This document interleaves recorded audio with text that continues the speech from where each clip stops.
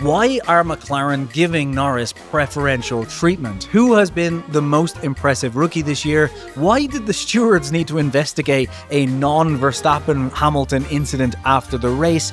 And is Hamilton now officially washed? We answer all of these questions and more from you fine people straight from the dyno's mouth in this week's episode of Your Biggest F1 Questions. I'm Jason Hassett and welcome to Current and Combustion. Hello everybody and welcome to this week's edition of Your Biggest F1 Questions, where we're going to answer, as is in the title, your biggest F1 questions straight from the dyno's mouth. And as always, remember that if you don't like one of my opinions, or more importantly, have questions yourself, pop them down in the comments and I will get to them in next week's episode. And while you're down there, why not smash that like button and hit subscribe? And apparently, if you really dislike my takes, if you hit the like button harder, it actually stops me from publishing. So check that out. Let's get to the first question straight from here. Let's just mix them around a little bit. And the first question, straight from the dyno's mouth, is: Jaime, why did Ferrari fall apart on Sunday? So yeah, this is to do with the fact that obviously Leclerc started on pole for the race, but quickly fell back throughout, and it was very, very noticeable how much it fell off. First of all, there was talk that maybe there was problems with the engine itself. I believe he said something about clipping at one point, but that did seem to be him just pushing more on his battery. Then there was talk about chassis damage, but from what it seems, and from the answer we've got from this, the blunt answer is that it is to do with Ferrari's plank wear still, but not directly. So essentially, the brass tacks is it was to do with the tyres. But just to explain, at the start of the stint with the hard tyres, it seemed like Leclerc was having an issue with the engine at first. I believe he complained about clipping at one point, but it turned out to be nothing to do with that. Then there was, talk about it being a chassis problem. However, it quickly turned out after the race, from the reporting we heard and from things that Fred said, it turned out to be all to do with tire pressure. Essentially, the new suspension that they've brought in hasn't fixed the severe issue they're having with running too close to the ground and with controlling the mechanical platform. And therefore, depending on the level of downforce, the tires they're running and so on, they can end up being far closer to the ground than they need to be. And therefore, they will wear out the plank, cause them to be disqualified like they were in China earlier this year. So in order to ensure that they weren't getting massive plank wear, they were inflating the tires past the minimum tire pressures to allow the car to be slightly higher up. And this is why we saw that other cars around it were grinding the plank a little bit more. Basically, Ferrari need to be overly cautious in this area. And therefore, once you hire the car up, two main things are happening. One, you're losing underfoot downforce because the car is raised off the ground, so the Venturi effect isn't being maximized like it is by other cars that can run much lower. And then also, when you're raising the pressure of the tire, there's less surface area. Basically, it's not sticking to the ground as much, and therefore you have less grip. So both things are happening. So you're on a slower tire, you've raised the car, so you're losing downforce more, and you have less grip directly from the mechanics of the tire, thanks to having a higher tire pressure. See, the teams always want to run on the lowest tire pressure possible because obviously lower tire pressure means more surface area of the tire is touching the ground, which just means more grip. So all of these factors together, once he switched onto the hard tires, essentially caused all of these problems for the team. That's what it seems like so far. Basically, the new rear suspension, the new mechanical setup of the car hasn't fixed some of the core issues of the car, or at least have fixed it when they're in certain setups on certain tires with certain downforce levels, but it hasn't given them that wide range. And essentially that meant the car went from an incredible operating window where Leclerc's brilliance was able to get them on pole and lead the race at the start, to knocking them completely out of that setup window when they had to go onto the hard tires, which probably also meant that they had to change the front wing angle for downforce to accommodate the hard tires they were going onto, which is probably why Leclerc was shouting. Essentially, Ferrari is doing what it's always doing, which is completely screwing up everything. And I'm just somewhat hopeful now that maybe with Fred Vasseur being given a little bit of breathing room, that he'll have time to actually work with the team and get on top of this stuff. But I'm not that hopeful because essentially Mattia Binotto and Fred Vasseur have shown that they can kind of pull the team up if you just give them time. But what happens is, as soon as they get a few races where things go wrong, the team principal is more worried about being fired by the board than he is about actually fixing issues. And which is normal, because if you know you're going to be fired if you have 2 bad races, you're trying to quickly fix things instead of looking at long-term solutions. And yeah, this is why I don't see Ferrari getting any better anytime soon. But yeah, the long and short of it is they still haven't quite fixed their mechanical platform.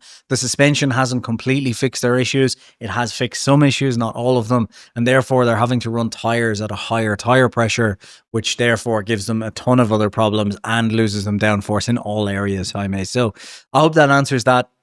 It's a bit of a shit one for Ferrari. All right, let's see what we got next here.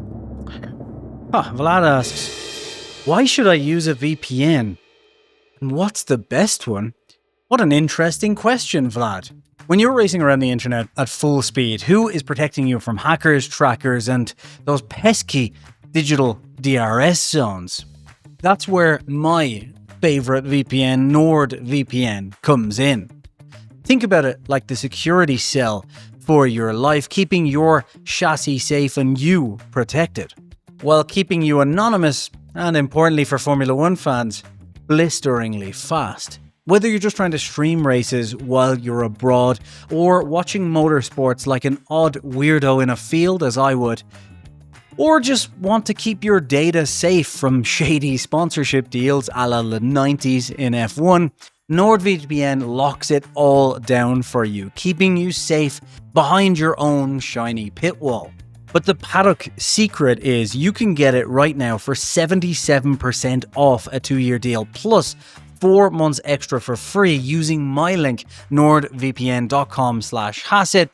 And unlike some of those 90s shady sponsorship deals, if you don't like it, you can get your money back within 30 days. So hey, Ferrari might not be able to protect their drivers from shoddy race strategies, but you can sure as hell protect yourself online with NordVPN. Now back to the next question. Okay, next question.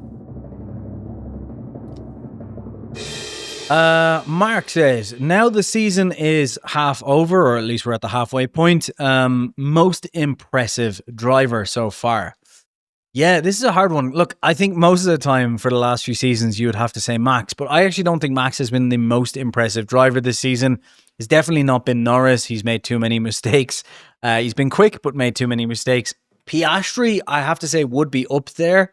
I don't think he's been the most impressive driver. However, I would probably put Piastri down as most impressive improvement over the off-season. I think that's a fair statement to make, but not most impressive. Leclerc has been impressive at points, but not overall. So I'm going to say something which is going to annoy, I think, most people, in that I think Russell has been the most impressive driver this season. He hasn't won multiple races, but he won a race in Canada, and basically his consistency has been better than everyone else on the grid. Essentially, every single time there's even a sniff of a podium, a win, anything, he has been there. And even when the car is bad, he is still maximizing it everywhere. His qualifying's been impressive. His racecraft has been impressive. He's been making the fewest mistakes.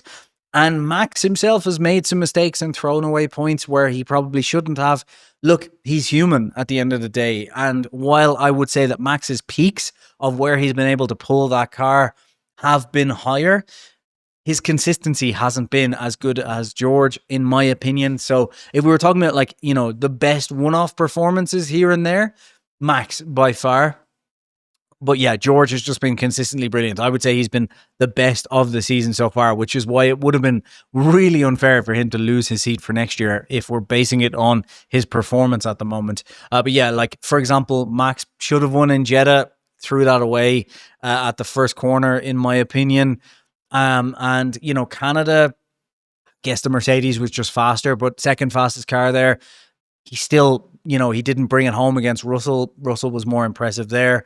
Whereas Max's peaks, like Imola, for example, been very, very impressive. Suzuka, very, very impressive. But yeah, George has just been the most consistent, most impressive driver. And I would say has been closest to maximizing their package over the entirety of the season so far.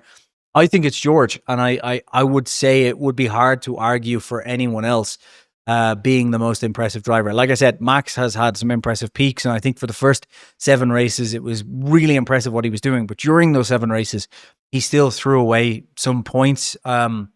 He threw away a lot of points in Spain, for example, by just getting really irritated with the car. It was just unnecessary. And I don't think he maximized what he could have got in Hungary, but I mean, look, that's a lot to do with the car, the track, all those things. So let's not put too much blame on him here. But the simple way I would say it is, if you're looking at it, to find the most impressive driver, you've got to look at impressive peaks, but then you've got to look at which is the driver who has left the least amount on the table. And I think in terms of leaving the least amount on the table this year, it's been Russell, I think, by a substantial amount. And I can't think of anyone else, to be honest, who's come close to it. So that would be my argument. Let me know what you guys think. I'm sure there'll be a lot of Verstappen fans, especially, who won't like that answer, but that's just one man's opinion. Okay, next question. Jeff says, why did McLaren give Norris the advantage? This one is actually quite annoying over the last few days, because obviously since the Hungarian Grand Prix, a lot of people are quite annoyed about the fact that Norris got preferential treatment by the team. And then it's gone as far as a lot of people on Twitter, for example, and in YouTube comments, saying that they should be given the same strategy for it to be a fair fight. I completely disagree. I am loving the way McLaren are going fighting with this. And, it basically, it's tough as well on Norris at points. It's tough on Piastri at points, but I think it's the way it should be. Look, they didn't give, to answer the blunt question, they did not give Norris preferential treatment. What happened was Norris was behind, and therefore, if he had have gone on the quote-unquote faster strategy, which most people went on and was the quicker strategy, he would have gone on the 2-stop strategy, right? If he went on that, the preferred strategy, then Piastri would have got preference just automatically, because Piastri was ahead. Piastri would have been able to undercut at both stops and would have won the race with pretty much ease. Basically, he took the race win from the start. He outqualified him, and, he was away at turn 1. So Piastri would have got preferential treatment. Essentially, Norris was in no man's land. He was in 4th, I think, by the point that they were talking about the strategies.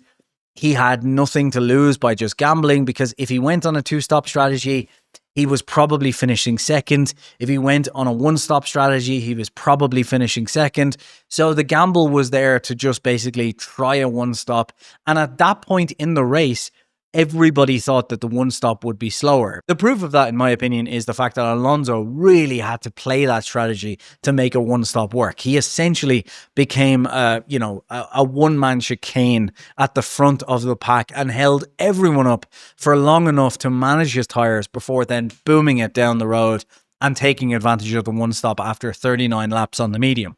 So the 1-stop wasn't the better strategy. No one thought it would be at that point. So Norris had to make it work. His team had to make it work, and they had nothing to lose by trying it, so they tried it.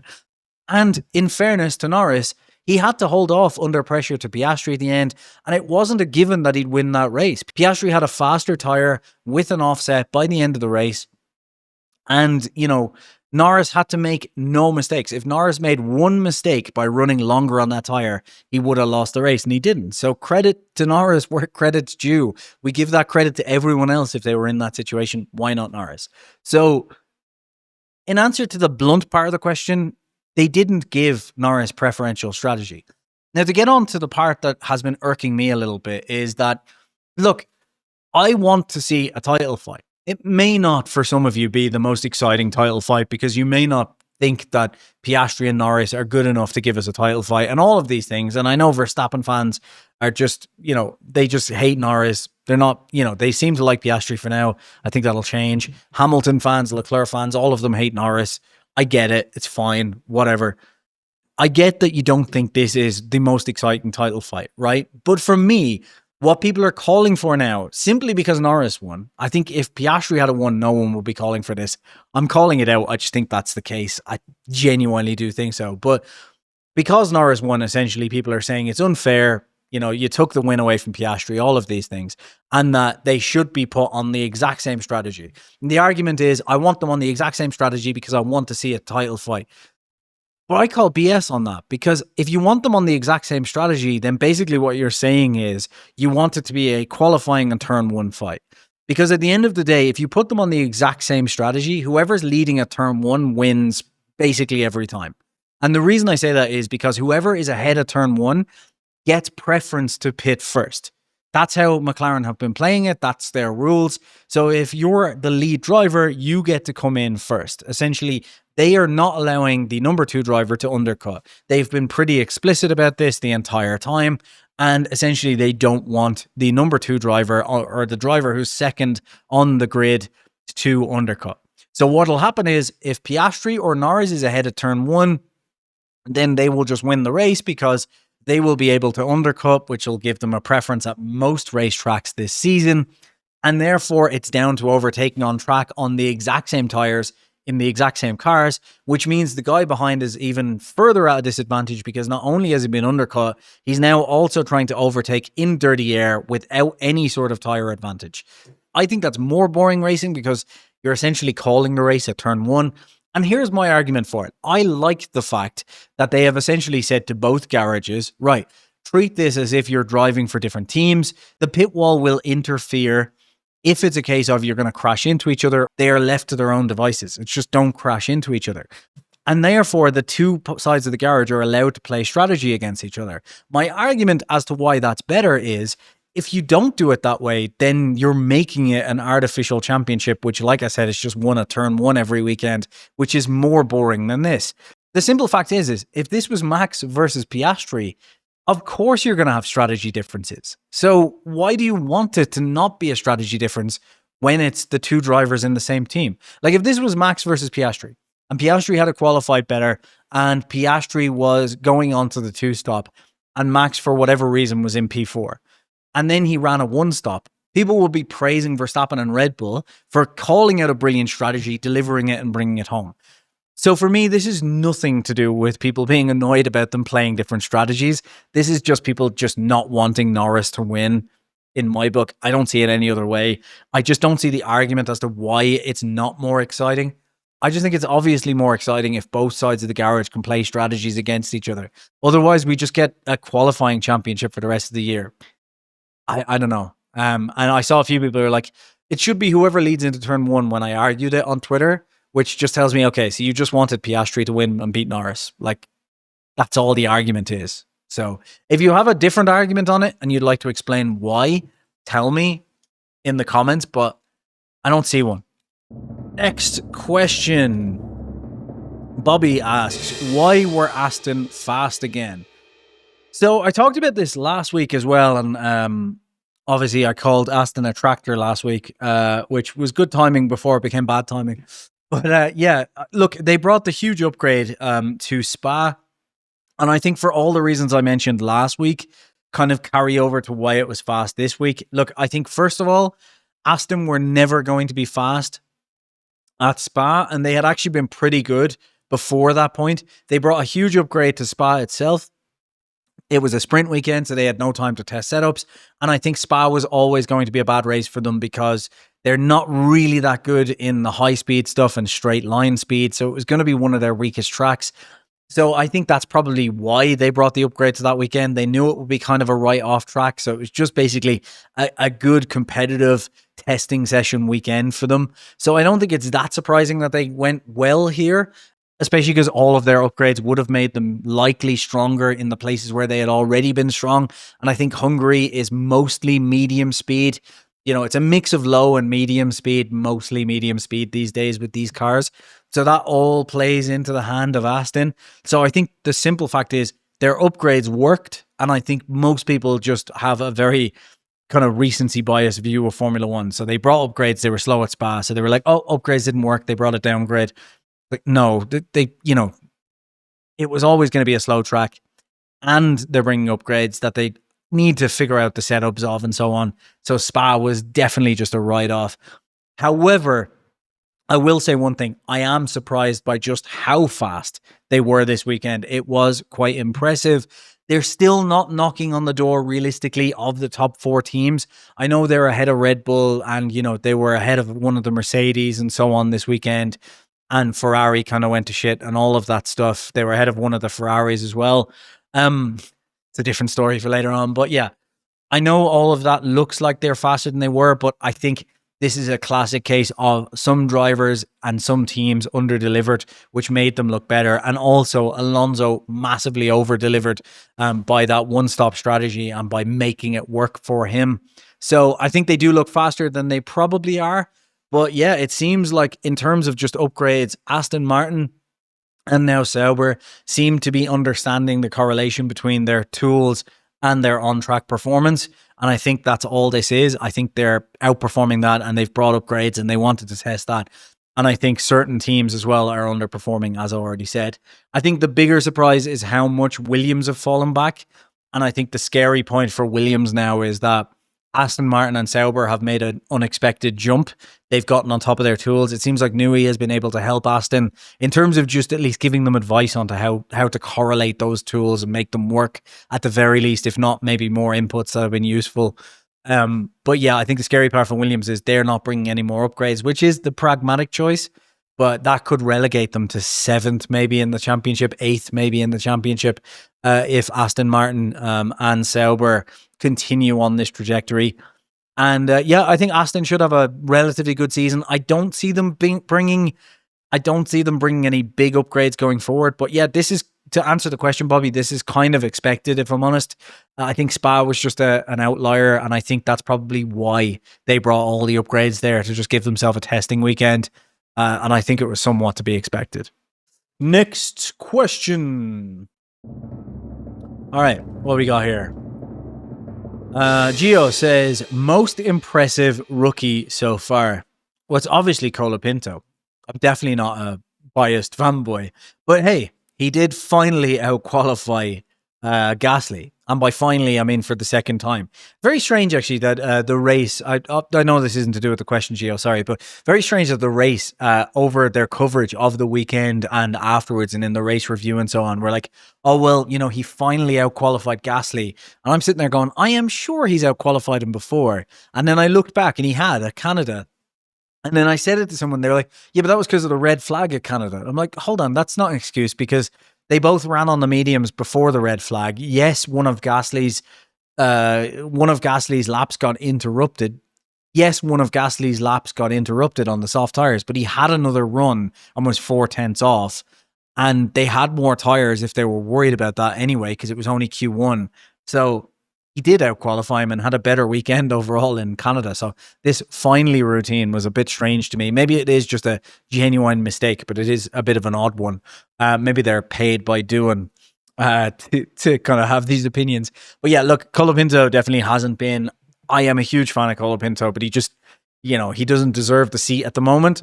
I think there's a lot of excuses to be made for him that are relative and relevant excuses. I don't want to say there isn't, because there is. I think the car's been dog shit. I think he's been under too much pressure, all of these things. But in terms of rookies, he's been more impressive. In terms of rookies, he's been more impressive than doing. I think that's about it for now. As for the other rookies, Antonelli, I think, has been relatively good, but definitely not the most impressive rookie. I talked about this in a recent episode that, and you'll see it on the Clips channel if you want to head over there as well, that, I think there's a lot of reasons why he hasn't been that impressive. And I think a lot of those are to do with expectations. But I also think that Mercedes has been tricky enough to get used to. He's probably underperformed, but then Russell has overperformed, all of these things. But regardless, not the most impressive. I think Bortoleto is up there. I think Bortoleto against most of their teammates would be incredibly impressive right now. And I do think he's been incredibly impressive. He's been, outdoing Hülkenberg in qualifying to an extent over the course of this season, which is incredibly impressive given that Hülkenberg throughout his entire career has been an impressive qualifier. So I think that's been impressive. And in the races, he's been brilliant as well. At Hungary, he's been fantastic too. And I do think the reason he's not being talked about as the most impressive rookie, full stop, is the fact that people underrate Hülkenberg because of stats, F1 fans who just look at stats without any context. So I think he is up there with most impressive. And I think he would be most impressive if it wasn't for Hajar in my books. Honestly, I think that is the God's honest truth, is that Hajar has been the most impressive for a variety of reasons. And I think the main one is the reverse of what I've said about Antonelli to an extent, which is I think our expectations of Hajar were way down compared to where they were for Antonelli. And he has just blown those expectations out of the water. So I do think part of it is just to do with expectations. We kind of expected Bortoleto to do decently, and we're kind of praising a lot of it to the car. And then he's kind of been somewhat on par with Hülkenberg. So people don't treat that as that impressive. Whereas no one expected Hajar to come in and absolutely blow it out of the water with qualifying and then deliver in the races and all of these things. So I think Hajar has been the most impressive, but I do think that's skewed by expectations. I think it's very, very fine margins between Hajar and Bortoleto in terms of most impressive rookie. But I have to say, I'm going to fall prey to the expectations and say that I do think Hajar has been the most impressive this season, but I think it's nip and tuck between the two. So I don't want to take anything away from Bortoleto. And I think by the end of the season, I would not be surprised if I am calling it as, Bortoleto being the most impressive rookie. But hey, that could swing, and it could be Antonelli by the end of the season as well. I will just say one final thing on this, though. I think all of the rookies so far have been incredibly impressive. They've all had their moments. They've all had those levels of brilliance against teammates. But I think Hajar has been the most impressive. It's the only thing that makes me want to put Bortoleto highest is that it's hard to know where Hajar actually is, given that Lawson came back into the team after, being basically after being completely destroyed by his Red Bull experience.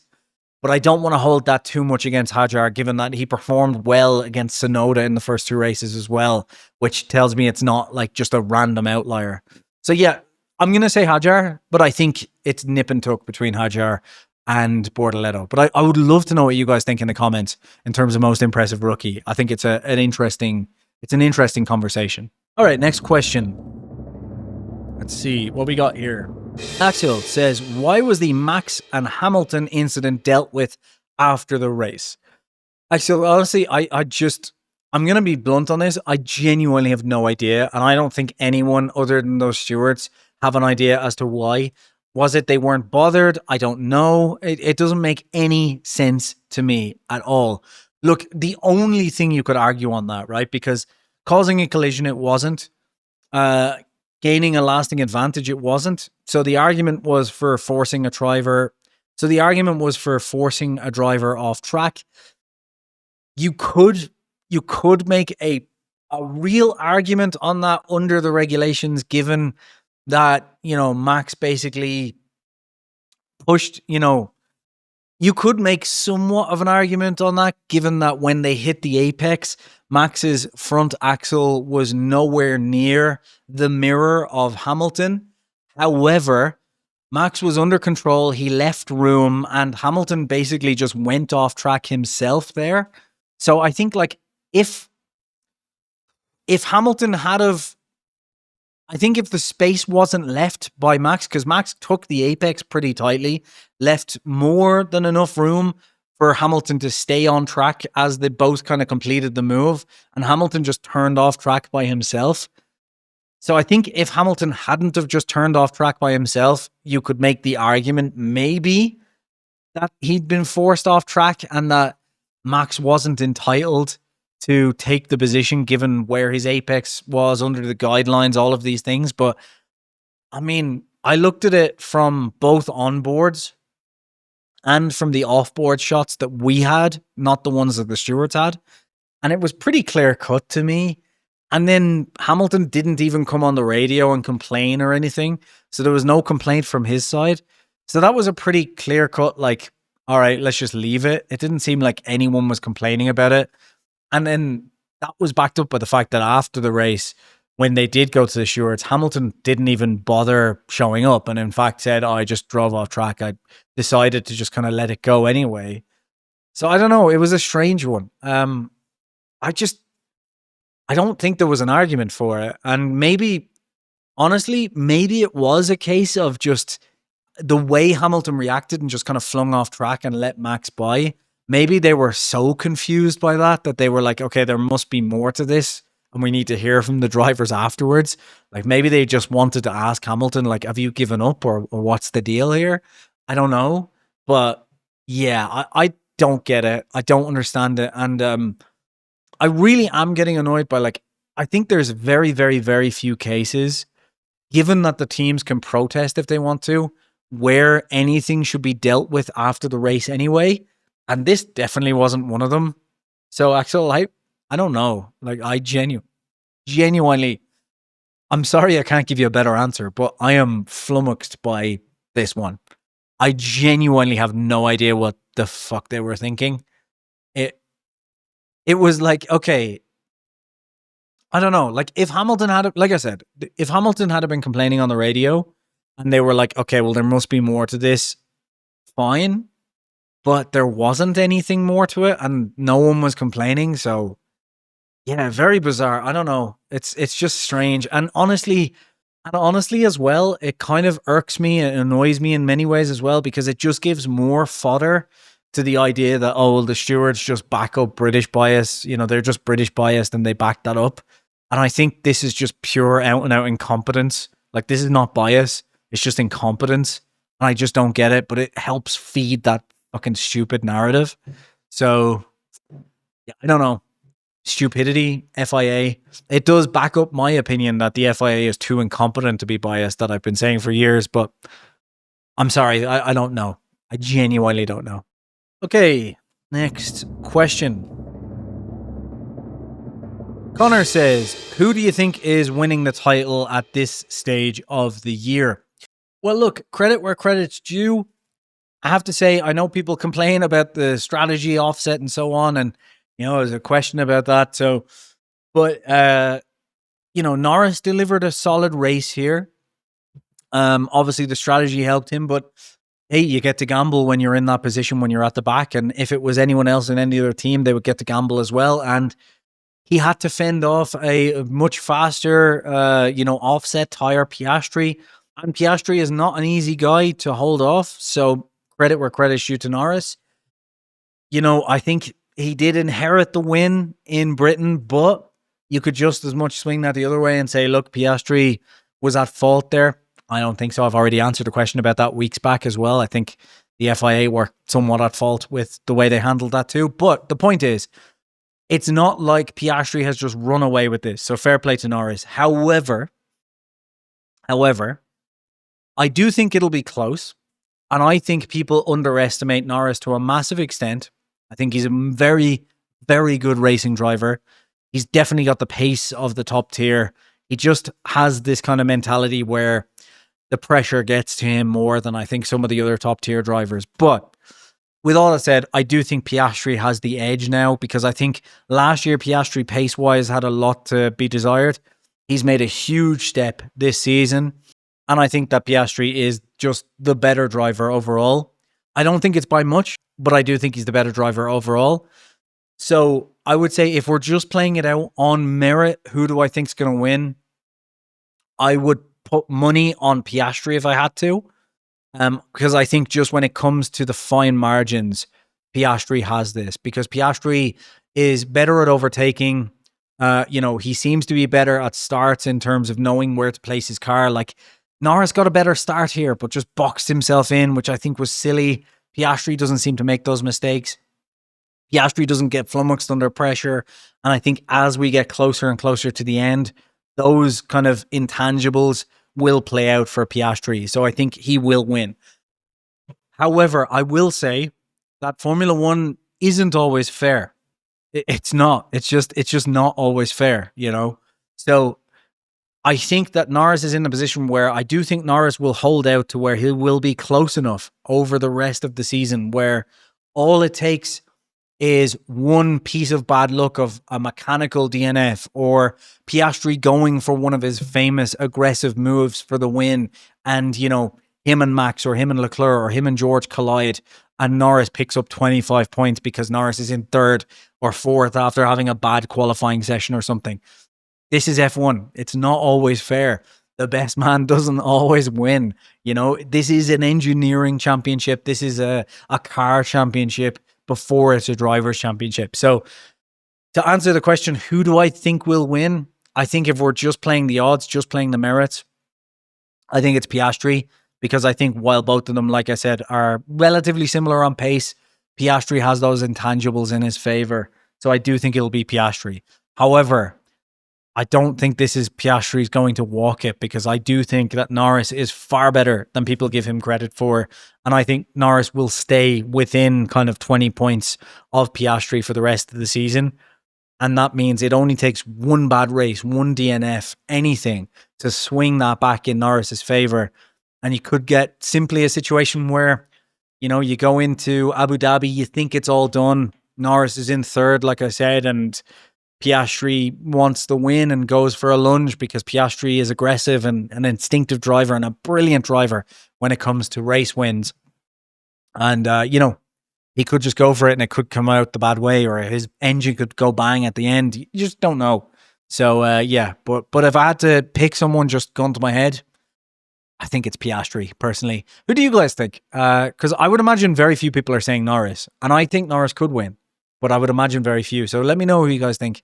It's obviously between those two. I think it's safe to say that Verstappen and Russell, unless they really fucking turn the car around, are out of contention.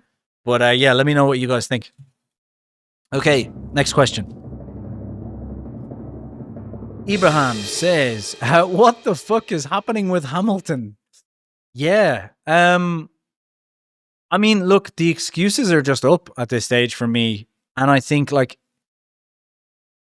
I gave him a bit of, you know, I cut him a bit of slack last week when it came to the mistakes that he made in Spa, you know, because I said, like, at the end of the day, they changed his brakes, and think of yourself driving a new car for the first time, you know, brakes and clutch, for example, it takes a little while. Like it doesn't take a long time, but it takes a little while to get used to the clutch and the brakes. It could take you, you know, 15, 20 minutes to get used to those. Now imagine you're trying to drive the car on the limit and it's the first time you've touched those brakes. You know, you're going to make those mistakes all the time. So I did cut him a bit of slack, but, you know, this is a track where he's very good. He's now on par with Leclerc in terms of brakes. He's had the brakes. He's had chance to get on top of those. He had the free practice sessions. And he didn't seem to have the issues with brakes. He was just slow. And it seems like he just can't get on top of these cars. And for me, my problem now is it's been 4 seasons now of not being able to adapt to these cars. And it's not like, you know, if he had gone to Ferrari in 2022 and was still having trouble adapting, I think you could say some of the blame lies on Ferrari, because Ferrari's not very good at dealing with drivers. I think I could have ended that sentence with Ferrari's not very good, but you get the point. But, you know, Mercedes know how Hamilton drives. Mercedes are willing to work with their drivers. Mercedes went out of their way to adapt and figure things out for Hamilton. But it seems like he's unwilling, or maybe at this point just unable to adapt to this generation of cars. And that's that. And the problem is, you know, you'll get weekends where the car will just come to him and he'll be able to kind of figure out how to get the car into a window that works for him, like the China Sprint, which he says by himself, sprints don't count, he said in July of 2023. But yeah, like he'll have those moments where they'll come to him. But Leclerc and these younger drivers like Russell, Max, you know, even Norris to an extent, I know the first half of the season didn't go for him. They're willing to just hop into the car and just go, okay, well, look, this is the way the car is fast, so I'll adapt to the car, you know? And he just seems unwilling to do that. Like I said, it's unwilling or unable. Maybe we give him the benefit of the doubt that it's unwilling for now. He doesn't want to adapt his driving style because there's a new season coming, but what's the excuse then in the last 3 seasons, you know? I don't know. It seems like he's unable to adapt to these cars, and I just think he'll probably he'll probably have some good times over the next 12 races or next 10 races, because there'll be certain times, like I said, where the car will come to him. He'll figure out, traits of the car that he can make work for him and all those things. But I think it'll leave him, especially over the course of a season, at a massive disadvantage to the younger driver on the other side of the garage, who is willing to just hop in on Friday and say, right, give me the fastest car on Friday as per the data, and then figure it out. Figure out how to adapt himself to that. And Lewis won't do that. He just won't. Like I said, I know I'm a broken fucking record here, but unwilling or unable. It seems to me it's unable at this point because it's been 4 seasons. So I don't know. The traits of these cars in general, not just the Mercedes, clearly don't fit his driving style. He's not moving his driving style, so I don't see any reason why it would get better. There might be outlier weekends, but on the whole, on the average, I don't see why it would get better. So really, Hamilton is not going to change his driving style, and therefore is betting everything, betting the house on the fact that the 2026 cars will work better for his driving style. Which, if that's not the case, what happens then? And I think there's a driver that did that recently, isn't there? In Ricciardo. Am I putting Ricciardo and Hamilton in the same bag? No. But we should in a lot of ways, because they're both drivers who had massive confidence in their natural abilities, both drivers who won based on their natural abilities, and both drivers who were unable to adapt. So, I don't want to put them in the same bag, but in these lines, they're very similar. And in these situations, their confidence is being hammered, and you can see that in the press conferences. Hamilton coming out and saying, it's just me, I'm useless. Obviously, he says that straight away, his confidence is damaged and he comes back from it. But we saw the same thing with Ricciardo. And as soon as your confidence is damaged, what happens then, So I hate to say it, but I told you so last year. Not you specifically who asked the question, but a lot of people on the Blatantly Biased Racing podcast, I said last year, if he's not able to beat Russell at his own team, he's not going to beat Charles at Charles's team. Full stop. And Ferrari is not as good at, backing its drivers up as Mercedes is. So, although Toto has taken a book out of Ferrari's leaf, that didn't make any sense. He's taken a leaf out of Ferrari's book, is what I meant to say, this year with how he's managed the drivers. But yeah, look, the simple answer is, I think these cars in general don't suit Hamilton's natural style. He hasn't adapted to them. And I think the Ferrari is even more difficult to drive than the Mercedes has been, or at least is, in its narrow performance window and with all of its problems and so on. We've seen how difficult the Ferrari is for Leclerc. So I think it's just inevitable that it's going to be difficult for Hamilton. So for me, I think the rest of the season, like I said, we'll see 1 or 2 highlights, but I don't think we're going to see a protracted time of things just clicking for him. And I think his mindset now is going to focus on 2026.